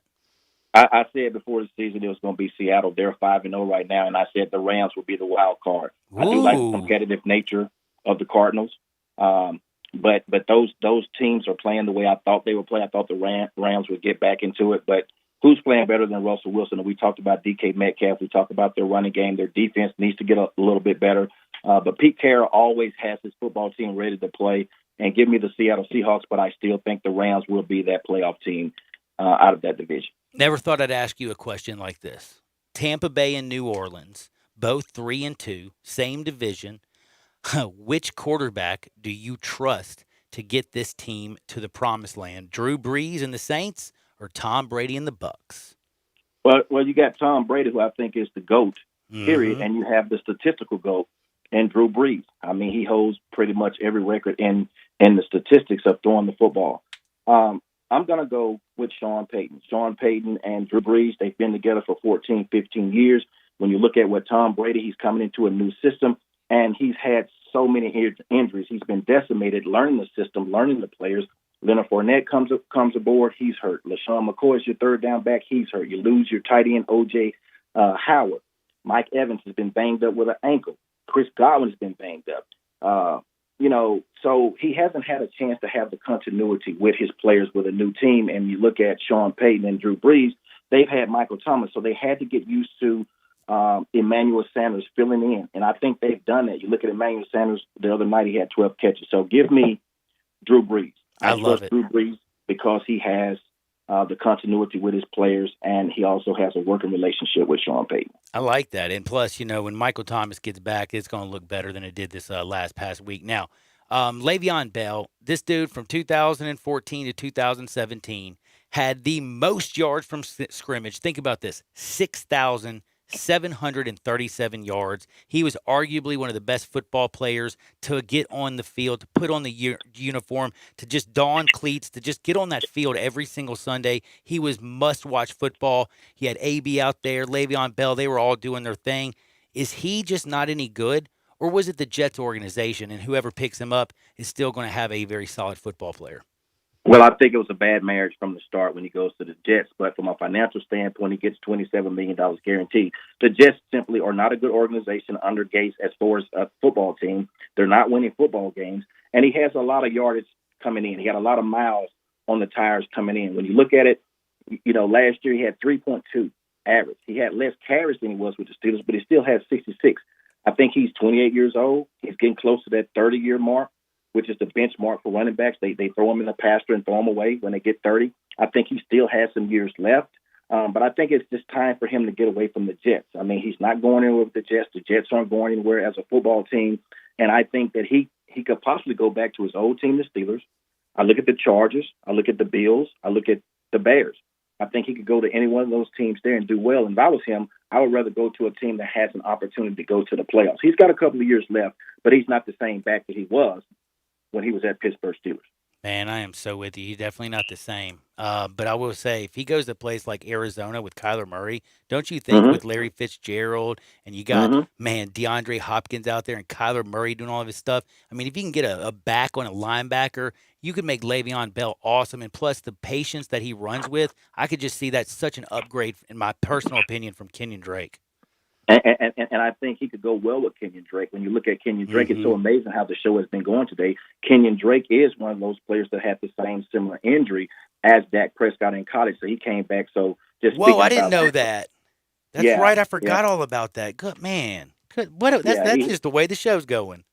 Yeah, man. So I think he will complement Kenyon Drake. I think Kenyon Drake had a great year last year, but I don't know if he's an every down back. And if you get someone like Le'Veon Bell to split those carries and kind of use Kenyon Drake as a third down back or a change of pace back, I think it'll be good for that organization. Now it gives them a three-headed monster when you look at Kyler Murray running the football. Man, I talk football every single Wednesday with Russell Copeland at 2 o'clock. You don't ever need to miss it. I can't wait to watch, the Tigers in Central Florida play on the 17th at 2:30. By the way, it's on ABC. But by the way, my man Copeland, you'll be watching and paying very close attention, you could say, to that bad boy. And I know they're going to be getting on the road again soon when they play Cincinnati on October. UFC in Cincinnati, Temple kind of squeezed in there. A big, the next three games are absolutely huge for the Tigers, so I know you're going to be rooting them on, and I'll also be listening, my friend. Definitely, man. We'll see you, Johnny. Hey, take care, Russell. That's my friend Russell Copeland. We're going to rock and fire again next Wednesday, and I'm going to take a quick break because we're going to come back and talk Uber, Stan Van Jeremy, and the NFL cancels something. What is it? This is Sports 56, 98.5, and 96.1 FM.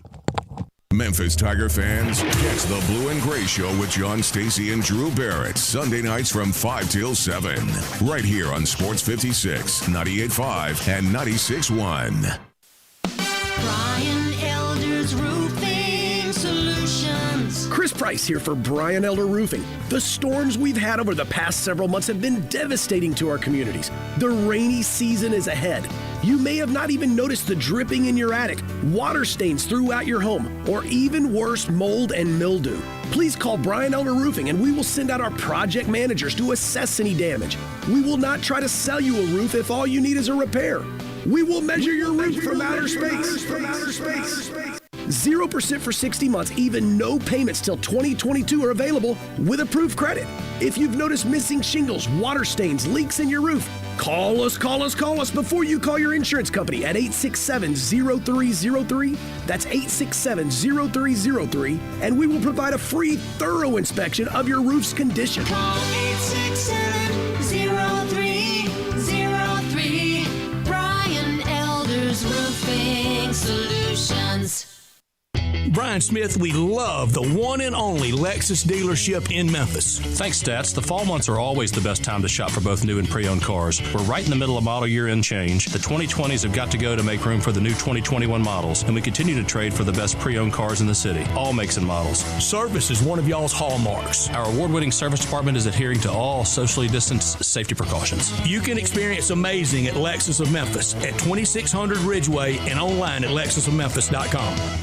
In today's world, a lot is going on, but one thing is always true. You need to take care of yourself. The skin clinics can help. Age, diet, genetics, and current events can conspire to make you look and feel much older than you are. It doesn't have to be that way. Call the skin clinics and let their expertly trained nurses, estheticians, and staff choose the treatment that best suits you and your pocket. There's so much you can do. Consider skin resurfacing and rejuvenation, lash extensions and specialty brows, injectables, medical-grade chemical peels, laser hair reduction, waxing, facials, makeup applications, and even services just for men. The Skin Clinics has it all in a caring, safe environment, always observing current social distancing guidelines. Go to theskinclinic.com to find out more and call today for your appointment at 901-345-SKIN. That's 901-345-SKIN. Taking care of yourself is good for you and your loved ones. Come to the Skin Clinics, 1300 Wolf Park Drive in Germantown. Good news. Southland Casino is now back open. That's right. The most spacious casino floor in the Mid-South is ready to welcome you back to the action with live blackjack, roulette, craps, and all your favorite slots. The action kicks off every day at 9 a.m. and rolls all the way till 5 o'clock the next morning. So what are you waiting for? Go ahead and make the short drive to Southland. We're ready for you. Must be 21 plus. Play responsibly. For help quitting, call 800-522-4700. Now back to Johnny Radio's Happy Hour. Kick it over here. On Sports 56 and 87.7 FM. Here's your host, John Harden. Gold and shackles, ball and chain. Listen to the whistle of the evening train. You know you about to wind up dead. You don't head back to Tennessee jet. Rich man step on my poor head. Woo! What's up, Jerry? Come back with a little Tennessee Jed, and you know what we're about to do? My favorite segment of the day. We're going to Hardwood, but I got to tell you something important. You know my buddy Bill at I Buy Houses, 901-406-1101. That's right, 901-406-1101. Any house, any area, as is, as simple as that. Call him right now. Bing, bang, boom, just sold your house. But guess what? Today I want to tell you something. At Neil's Bar and Grill, where the fat man rocks, Thursday at 6 o'clock. That's right, that's tomorrow. At Teresa 1 Tommy's Angel, because cancer sucks. They're going to be fighting, doing a bunch of breast cancer stuff. Come to sign up to help fight breast cancer. Again, it's at Teresa 1 Tommy's Angels. Again, cancer is just a nightmare. I don't like it. Nobody likes it. So Neil's, where the fat man rocks, 6 p.m. Get ready to rock and roll. It's going to be awesome. And again, any house, any area, as is. As simple as that. 901-406-1101. 901-406-1101. Call my buddy Bill at I Buy Houses. And you know what time it is?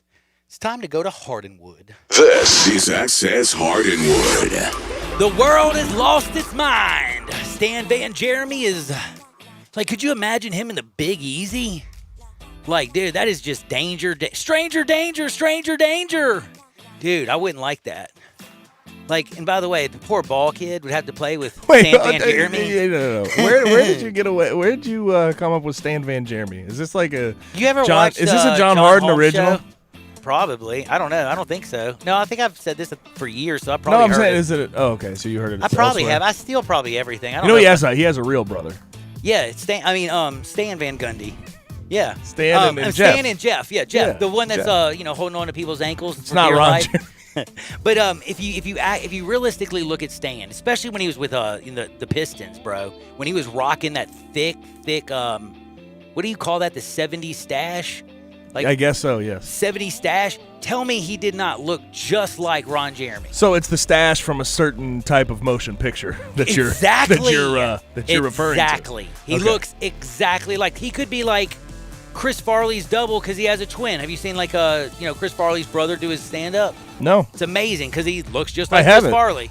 But anyway, Stan Van Van Jeremy. If he doesn't get the job, I'm going to tell you something. Maybe we should go into making films. We got a star. You are just. Now I'm an idiot. I see. I don't even know what to say. Well, I just have to say, if the Pelicans hire him, I will be so upset that I have to look at Stan Van Jeremy throughout an NBA season. I won't be able to watch Pelican games because I'll be like thinking, and I'll be gone, and I'll be on the computer. Who knows what happens? No, I'm just joking. I'm an idiot. Now I want to tell you something very important. Can we make fun of Dan Mullen? Yes. Do y'all know why I want to make fun of Dan Mullen? Because Dan Mullen went bananas. He was like, "Dadgummit, we lost because of all that crowd noise. They had a crowd at Texas, man." He's like, "Dadgummit, when we go back to Florida, 90,000, full capacity, everybody up in there." Can I just say something? When did Florida hold 90,000? Like, that's the smallest stadium that I've ever been to. Did they make a huge extension to that stadium that I don't know about? Because the Swamp, I've been to every SEC stadium. It's like Vanderbilt-esque. It's a little bit. It's 88,000. Wow, how does it hold that, man? No way. That's what it says. They definitely have They're gotten packing bigger that the last thing too 20. much. I was going to say. But either way, him talking about that is and a then small 19 players and 2 of his coaches coming down with it. Come on, dude. Man. Come on, dude. Come on, dude. And then that's what I was going to say. 18 players, couple coaches. Or no, 17 players and a couple coaches, or 18 players now? Because I thought it was 19. Is it 19 players and 2 Yes. coaches? Players and 2 coaches. So, okay. Yes. Man, like, let me tell you something. That is just a horrible thing, but talk about the worst time you could stick your foot in your mouth. Now, did you hear him try to backtrack today? He said sorry if I offended anybody. That's Yes, about I it, didn't right? understand. Okay, I thought his apology was pretty bad too. That's what I'm saying is like, Dan, right now, do me a favor. Get back to like coaching and get your team on the winning streak. Don't lose to Jimbo again. That will help. Now, there's so many crazy things that are going on in the world. Did you know Peyton Manning has a 6-pack? Get out of here. Dude. Of what? No. Beer? That's what I thought when I saw the headline too. No, go look at it. There is right now. It's on. What is that? Spun. Like an actual TMZ. like 6-pack. Like a Dude, it's like, hold on, 2, 4, 6. He's got an 8-pack, Holmes. Dude, he's got the longest stomach I've ever seen. Dude. He's dad bod central. Like, Dude, he I can't- thought he he was can't- at it. I It's not swear. okay for Peyton to have a 6-pack. Peyton Manning right now is on a beach. Somebody took a picture and uploaded this joint about 7 o'clock in the morning. You don't want to look at all the pictures because some of them are kind of. Is he Peyton Manning without a dad bod? Like, is he actually Peyton Manning or is it some imposter? Because I'm not. Dude, it's really Peyton Manning. He's even throwing ducks out there with his kid. But he realistically, I'm not joking. It's Peyton Manning, and how shocking are you that he has like he's built? Like, you haven't gone and looked at this picture yet? No, I haven't. Go to I Twitter. haven't. You'll freak out and see it when you see it. But Tommy Pham, he didn't get stabbed or anything. But we have a pretty interesting story. Why don't you start with your Uber story, Mr. Gabe? Real quick, I have to look up this Peyton 6-pack. Oh yeah, look up the. You can't look just up the Peyton. you can't scoot No. past that like Good. it didn't happen. You know what? You're a good dude. You're a good dude. Oh wow, he's got scrawny arms though. Very scrawny You arms. didn't think you thought I was lying. Still, I mean, but it's like if there could ever I've be never a dad bod with a 6-pack, that's what that looks like. Is Is that not, or does a 6-pack? You can't have a dad bod. Did with you a ever 6-pack. think his arms would be that skinny? I mean, he never was very big. Yeah, they weren't that big, but man, I just at least thought Okay, he would but have a meat this hook. this story you wanted me to bring up. Have you ever been just like? I mean, how do I put this? Have I ever farted in an Uber? Yes, I guess I'll ask that first. Have you ever been so angry by someone like flatulating, farting in your car that you told him to get out, or in a room, like get the hell out? Like, You know this what? is- Yeah, I've done something really bad once. Okay. Do you want to hear this Yes, story? please. Okay, so I did this to my first suit that I was ever bought. By the way, you know how I grew up. Yes. I got a suit. It was a jacket, a pair of pants, the shirt, like the whole suit. You know what I mean? I didn't take just the jacket and shirt to the dry cleaners, and they lost my pants. I went bananas, and they said, "You didn't give us any pants." And I'm like, yes, I did. And this is a fact. They never turned up. They were never at my house. I didn't find them. I didn't make a mistake. So, man, I don't know how to tell this story appropriately. Just basically, I brought them some really nasty pants and threw them in their dry cleaning dirty bag and told them to clean it. Put it that way. Because I was so upset. I literally left, went to a gas station, and then went back and said, here, I need to drop this off for dry cleaning. And the lady dropped it in a bag. And, man, when they opened up that bag, I'm sure they were not going to be very happy. Let's just put it that way. So I didn't get arrested. But you're nasty. Long story short. So this story I'm about to tell you, I want to preface it. This is a great example of you don't know what someone else has been through. Okay, Uber drivers go through it on a nightly basis, I'm sure, when they're driving people to bars, when they're driving people to their destination. People are hammered, drunk, yelling at them, being rowdy. Okay. A friend of mine said one time that a guy got in his Uber, and he's like, "Go here," and the guy took him there. He's like, "Hey, can you wait 5 minutes?" And he gave him like a 10, and then he came out and he had like this huge box, and he said about 10 miles into it, he's like he could smell this huge aroma of marijuana, and he had like 2 pounds in the box, man. So, this is in the UK. There was a Uber driver. His name's Alexander Bonchev. And he had been going through it all night. He got punched by one of his... He got punched? He had gotten punched by one of his passengers. Other passengers yelled at him. He had a drink spilled on him, everything like that. So, he picks up James Mallett, who's 35. He's with his friends. They're headed downtown. They're going to the bar. And James is pretty drunk. Plainly intoxicated is what they said on the police report. They called him an unruly passenger. Now, James decides that he needs a little relief. So, John, do you have a sound effect you could do for me? Oh, he lets out one of these. He lets out one of those. Now, the Uber driver, Bonchev, had enough. He's like, you know what? This is the straw that broke the camel's back. Get the hell out of my Uber. It smells terrible. It smells awful. Kicks him out, right? So one thing leads to another. The guy I said, he was an unruly passenger. He was intoxicated, went around to the front door and starts beating the hell out of the Uber driver. Starts swinging on him. So Uber driver, they end up getting away, calls the cops, gets this guy arrested. So long story short, you never know. You never know what somebody's going through. So don't fart in an Uber. But that's a lesson, right? Don't fart in an Uber. Can I ask you a question though? This is the honest to God truth. Have you ever had gas? Yeah. What? I think every human being on the planet has had gas. Well, Yes. I didn't until I was 23 years old. Wait, no, shut up. Stop. Dude, I took myself to the hospital. I swear to God, I was at Chili's in Germantown. No. You had your first. You had gas for the first time at the age of what? 23? Is that what you said? There's this young lady, and I'll even remember her name. She worked at Chili's, Julia Linchick. She was gorgeous. I went out all the way out to the Chili's to see this waitress. I go out there and I have a drink and I'm sitting there and I get something to eat. And then I'm like, you know what, man, I want to go out with her, but my stomach is messed up. So then I go get in my car. I tell her I can't hang out with her, and I'm starting to drive. And then I end up having to pull over, and there's a hospital right over there. And I'm sitting there in the car, and I literally called my mom, and I'm like, Mom, my stomach hurts. She's like, what's it feel like? And I'm like, I don't know. I think my appendix burst. She's like, well, get to the hospital. So you know how dramatic I am? So I run into the hospital, and I run in the emergency room. I'm like, my appendix burst. They're like, sir, you have to fart. Dying. That's it. No, hold on. They're like, oh my God. They run a cart out there. They throw me on the cart. They take me, man. You're ridiculous. They You're start kidding. sticking IVs in me. You're They're about to kidding send me. me and have my stomach x-rayed. And then the lady came in there and shot me up with Demerol. And my arm goes up in the air. And I guess it relaxed me. And I let out like the longest fart in human history. And all the nurse did goes, hey, stop prepping the machine. I think he just has gas. Wait. So your first episode of gas was at the age of 23. And I went to the hospital. Yeah, I didn't know that gas could hurt that bad, man. I've never had it. I mean, I've farted before, but not where it hurt. So I bet you didn't hurt after you let out the fart, right? No, so you were all good. I was good. You're like, oh, I can leave. There's stuff you Did you can have to take- pay by for the the way, emergency room visit? Luckily, I don't know if I should tell this. One of my family members worked in the hospital. Okay. Yeah.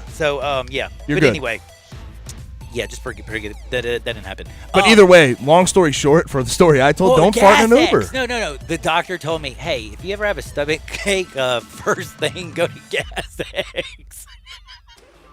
And I'm 23 years old. I'm like, thanks for the tip, doc. You said you were on the way to a date, right? Dude, I had to cancel my date when I canceled got the date, there, okay. bro. Like, I All went right. in and saw her. She was going to get That's off sad. her shift. And I'm like, baby, I think something's wrong, man. I'll feel good. But, man, can I tell you, I told her that story, after we were dating a couple weeks. She laughed hard, too. I was like, you know what? I had to cancel my date. I thought I was dying from an appendix. Turned out I had gas. NFL cancels its Pro Bowl, not because of gas, because of COVID-19. No Pro Bowl. Now, can I ask you another question? What else am I not going to watch on that day? That's a great point. I never watched the Pro Bowl. I don't It's either. horrible. The Pro Bowl is like the worst thing. But you know what else is worse? You know what's actually worse than the Pro Bowl? The yips that Altuve has. But what else is worse? A rich football player in Melvin Gordon driving 25 to 39 miles an hour over the speed limit while inebriated. I don't think. Dude, I don't even know what John Elway's going to think right now. How ticked off do you think John Elway's going to be at Melvin Gordon? Very. I mean, what? Like, John doesn't seem like he puts up with much stuff. So, do you think this could be one of those things where, this could be maybe the beginning of the end for Melvin Gordon He ain't releasing him. He's Denver? played well. I bet there might be suspensions in order, something like that. But I don't see a release. They just paid him some money in the offseason. They did. That's just, he's got 65 carries, 281 yards, a touchdown, 3 touchdowns. I mean, he's been pretty good, yeah. We'll see. I just don't understand why he's going so fast in downtown Denver when he's drunk. Does that make any sense to you? He was drunk, not making good decisions. Man, you need to have a friend. I got to the bottom of that pretty quick, didn't I? Dude, you need to have a friend with you. Yo, homie, you know what? If you're a rich person, From what I understand, first of all, you're rich. Uber is probably pretty affordable for you. If you and wanted second of your all, doesn't car- the NFL have like a cab service? That's what I was getting ready to say. They do have that, actually. Like, they'll have people come get you. But this is the other thing. You don't want to leave your car behind because, hey, you want your car driven home. Do you know what you do? Just go get a sober friend and take them out with you. Like, I've done that so many times. Just go get a dude who doesn't ever drink, and they'll make sure your car gets home. Wait, you have sober friends? Yeah, dude. That's a surprise to me. I haven't hardly drank I drank the first time yesterday. I had my first drink in, 22 days? That's pretty good. How'd it go? I got drunk on the first drink. I'm a cheap date now. I've never been, I was like, whoa, one drink? This is nice. It was really interesting. Thank you very much, Tequila. It was a pitcher of margaritas, is what he's not telling me. You know what, dude? It was one drink. It's a full pitcher. That's it. Yeah, it is pretty much a pitcher. It really, but, dude, we used to get 2. And now it's like, man, this thing is easy. The last thing but not least, I want y'all to know this is very important. We're coming back. We're going to break down so much stuff with baseball. I'm going to give you some winners as I normally do. I did want to remind y'all, though, this is not, we didn't go through a time warp. Tony La Russa is actually looking for a job, and Stan Van Jeremy is looking for a job. Both guys should be retired, and Stan, you shouldn't be in any more films, period. Your career is over. You're old. Stop it. Now, we'll be back in 2 shakes. I got some winners for you in baseball. Don't worry, I ain't going to give you any Tuesday night football again. Sorry about that with the Buffalo Bills, but I've been killing it in baseball, so don't touch that dial. We'll be right back. Sports 56, 98.5, 96.1 FM. Want to get your voice heard? Hit us up on the First Bank phone line or First Bank text line. I want to do some bragging rights. Hey, I was just the other day overhearing a conversation with Big Mike, the manager of DeSoto Auto Sales. They've got people buying cars all over the country. North Carolina, South Carolina, Georgia, Alabama, Arkansas, Texas. People from all over the country buy cars at DeSoto Auto Sales in Olive Branch, Mississippi. Why? DeSoto Auto Sales has the most stringent car inspection in America. They get it right the first time. Quality and low mileage. Factory warranty on most vehicles. My favorite part is the people who work there. Big Mike, all the employees are professional, friendly, and go that extra mile. Expect as you walk in the door, you're treated like family. DeSoto Auto Sales understands your time matters. We can help you find your dream car and get all the paperwork finished in less than an hour. Come see us at DeSoto Auto Sales and be part of our family. Have a great buying experience every time. 662-890-7184. You guys ready to have a good time? Fox Tonight. It's TV's smash hit night of fun. First, it's a game-changing new Masked Singer. Season 4 is blowing my mind. Bang! Then, Kim Jung-ho's TV's new hit mystery music hit. Are these people incredible singers or incredible liars? He looks more like an Applebee's manager than an R&B star. Nicole Scherzinger joins the fun on I Can See Your Voice. Oh my God! After The Masked Singer, Fox Tonight. Hi, this is Troy Five-Ash, owner of Five-Ash Roof Services. You've heard me talk about how we offer the best products, the best warranties, and the best services for years. Now let's talk about pricing. Pricing should never be the only reason you hire a contractor, but in today's world, pricing is always a consideration. So we suggest you get 2 or 3 estimates for your roof replacement from a reputable, licensed, and insured company, and then give us a call. If we can't beat your best price for a comparable roof system by more than $100, we'll give you $100. It's that simple. We are so sure we can offer you the best price, beating all other qualified companies, we will hand you $100 if we can't. And thank you for the opportunity. So give us a call. What's the worst thing that's going to happen? Make $100? Five-Ash Roof Services, a proud supporter of Tiger Athletics and the official roofer of the Tigers home team. Five-Ash Roof Services, fair, honest, and ethical. 367-0050 or memphisroofer.com. Five-Ash Roofing, it's what we do. We're here for you. There's a new commissary in town in Collierville. Germantown Commissary is doubling. Yeah, they're still going to have the old Germantown Commissary by the tracks, but now there's a huge new Germantown Commissary in Collierville at Poplar and Houston Levee Road. It's huge, too. There's a drive-through. There's plenty of parking. No telephone pole to get in your way. A cool patio. It's right by the track, so the tradition continues. And this is a tradition that's been around forever. That commissary is famous for hickory-smoked, slow-cooked Memphis-style barbecue. They've got a private party room at the new one in Collierville. Self-catering still continues. Party packs for $5.95. Basically, the great ribs, the great pulled shoulder, the great deviled eggs. Everything is there in Collierville and Germantown now. So there is now a Germantown and Collierville style of barbecue. It's called Germantown Commissary. Now back to Johnny Radio's Happy Hour. Let's go! On Sports 56 and 87.7 FM. Here's your host, John Harden.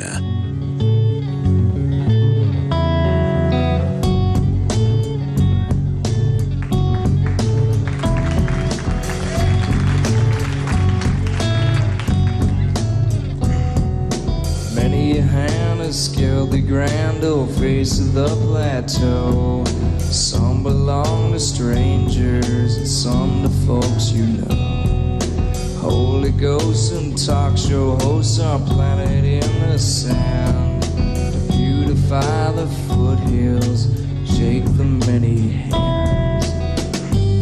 There's nothing on the top but a bucket and a mop and an illustrated book about birds. You see a lot up there, but don't be scared. Who needs Jackson when you got words? Welcome back into a little Johnny Radio's Happy Hour. I'm your sports mixologist, John Harden. I got to tell you something, Mr. Gabe Kuhn. I'm not the only one that's been confused by a little gas.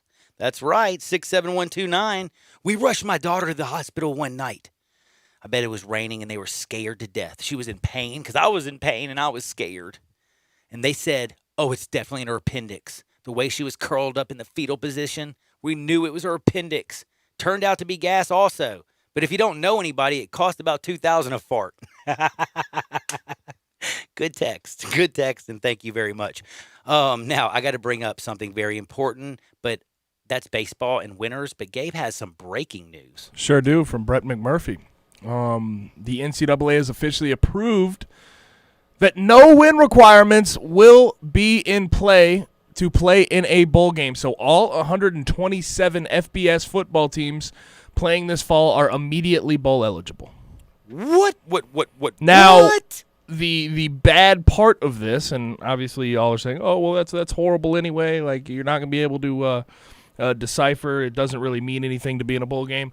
There's only 78 teams to film 39 bowls this year. So I wonder how they're going to pick and choose who gets in and who is left out. Yeah, it's that's gonna be interesting. That is very, very, very, very interesting. And by the way, you know what else is very interesting? Do you know who's throwing for the Rays tonight? Tyler Glasnow. Oh, do Glasnow. Yes. You know how nasty he's been all season, right? I mean, this dude is just flat out filthy. He's got the ball. Zach Greinke's getting it. He's been dealing with some issues over the postseason. He hasn't quite been as sharp. He wants to pitch fast. Heck, he's even gotten smart and told people, oh, the curveball's coming or the fastball's coming. He was more dominant during the regular season. He's not himself. There is a little bit something wrong. I'm dead serious. I think the Rays clinched that jump tonight. 4-game sweep. Karma is a mug. You know what I'm saying? That is today. There is no necessary for a Game 5 because the Rays are going to end that jaunt. Tampa Bay is minus 130. Astros, you're going to lose. I'm sorry. Zach Greinke's going to lose. And Altuve is going to have another throwing error, and it's going to be hilarious. The big game's at 5:05 with the Dodgers and the Braves. Kyle Wright, how good does he feel? He doesn't have any pressure on him because Max Fried and Ian Anderson have been untouchable. And by the way, do you know Ian Anderson in 3 postseason starts still hasn't given up a run? It's pretty good. Dude, he is on his rookie deal. He can't hit arbitration for like 3 more seasons. Dude, Braves, Alex Anthopoulos or whatever, dude, that dude he's GM. He's done such a fabulous job. Congrats on him. I'm telling you right now, Braves are going to be very relaxed. If the Dodgers do get this thing, it doesn't matter. Because, again, Max Fried and Ian Anderson are pitching out of their mind. The Braves, they have a bullpen. And, by the way, the Braves, Freddie Freeman is yanking it. Swanson's hitting it. Albies is hitting it out of the ballpark. It's crazy. And Mark Melancon, yes, they scored some runs last night. Dude, he was celebrating catching that Ozzie Albies home run for the second night in a row. The Dodgers still are down 0-2, even though they came back and only lost by 1 run. It's still a loss. I think the Dodgers actually do get the W, but with the hurt Clayton Kershaw, my man wouldn't commit to him going in even in Game 4. If he does get to pitch in Game 5 or whatever, I could see him being the guy who actually ends up losing this series later on, possibly in Game 6 or something. Who knows? I don't know whenever he gets to pitch. But the last thing I want to ask, is there a Gabe, listen to this. Is there a sure Hall of Famer? Is there a surefire Hall of Famer in the history of baseball with a worse postseason than Clayton Kershaw? Like, I can't think of one, honestly. I've never seen anybody have worse luck with the way he pitches or, just crazy things staying in there one batter too long and he hadn't given up a run and then he gives up a 3-run homer. He's been so unlucky. He's been injured in the postseason. Things haven't gone his way. But I want you to think about this. Clayton Kershaw, he is a surefire first ballot Hall of Famer. And he's not going to win a World Series if they don't get it done soon. And right now, the Braves got them where they want. I think the Dodgers do get a game tonight. It'll be 2-1. Tampa shuts the door on the Astros. It's time to shut the door on Johnny Radio's Happy Hour. Wolo and Stats are coming up next. For Gabe Kuhn, I'm John Harden. Get out there, make the world a better place. I'll see y'all on the flip side. Peace!